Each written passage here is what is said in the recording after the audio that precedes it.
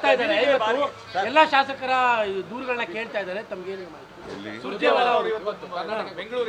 ಅವರು ಉಸ್ತುವಾರಿ general secretary ಬರ್ತಾರೆ, ಅವರು ಅಭಿಪ್ರಾಯ ಕೇಳ್ತಾರೆ. ಏನು ತೊಂದರೆ ನಿಮ್ಗೆ ಏನಾಗಿದೆ ಕೇಳ್ತಾರೆ, ಸಂಘಟನೆ ಏನೇನು ಮಾಡಬೇಕು ಅಂತ ಕೇಳ್ತಾರೆ. ಅದು ಬಿಟ್ಟರೆ ಅವರು ಉಸ್ತುವಾರಿ ಕೆಲಸ ಅದು ಎಲ್ಲ ಅವ್ರು ಮಾಡ್ತಾರೆ.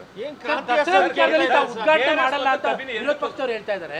ದಸರಾವನ್ನ ಈ ಬಾರಿ ಸಿದ್ದರಾಮಯ್ಯ ಉದ್ಘಾಟನೆ ಪಂಚಾಂಗ ಸರ್, ಬಿಜೆಪಿ ಪಂಚಾಂಗ ನೀವು ಉದ್ಘಾಟನೆ ಮಾಡಲ್ಲ ಅಂತ ನಿಮ್ಗೆ ಅನ್ಸುತ್ತೆ ಮಾಡ್ತೀರಾ ಅಂತ ಅನ್ಸುತ್ತೆ. ಸರಿ.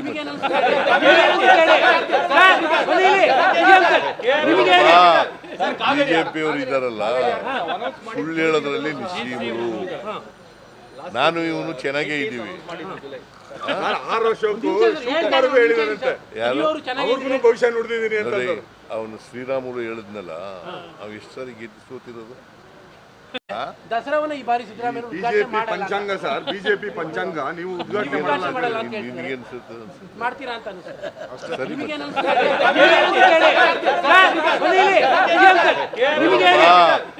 ಬಿಜೆಪಿ ಅವರು ಇದಾರಲ್ಲ, ಸುಳ್ಳು ಹೇಳೋದ್ರಲ್ಲಿ ನಿಶ್ಚೀಮರು.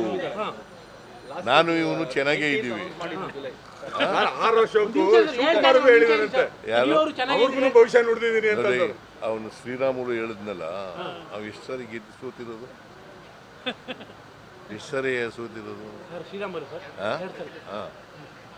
ಪಾರ್ಲಿಮೆಂಟ್ಗೂ ಸೋತ, ಅಸೆಂಬ್ಲಿಗೂ ಸೋತ. ಮತ್ತೆ ಅವನು ಭವಿಷ್ಯನು ಹೆಂಗ್ ನುಡಿತಾನೆ. ನೋಡಪ್ಪ, ಈ ಸರ್ಕಾರ 5 ವರ್ಷ ಬಂಡೆ ತರ ಭದ್ರವಾಗಿರುತ್ತದೆ.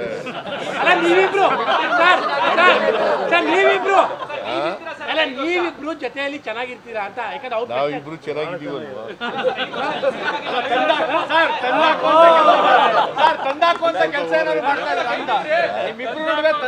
ನೋಡಪ್ಪ, ಯಾರು ಹೇಳಿದ್ರು ನಾವು ಕೇಳಲ್ಲ.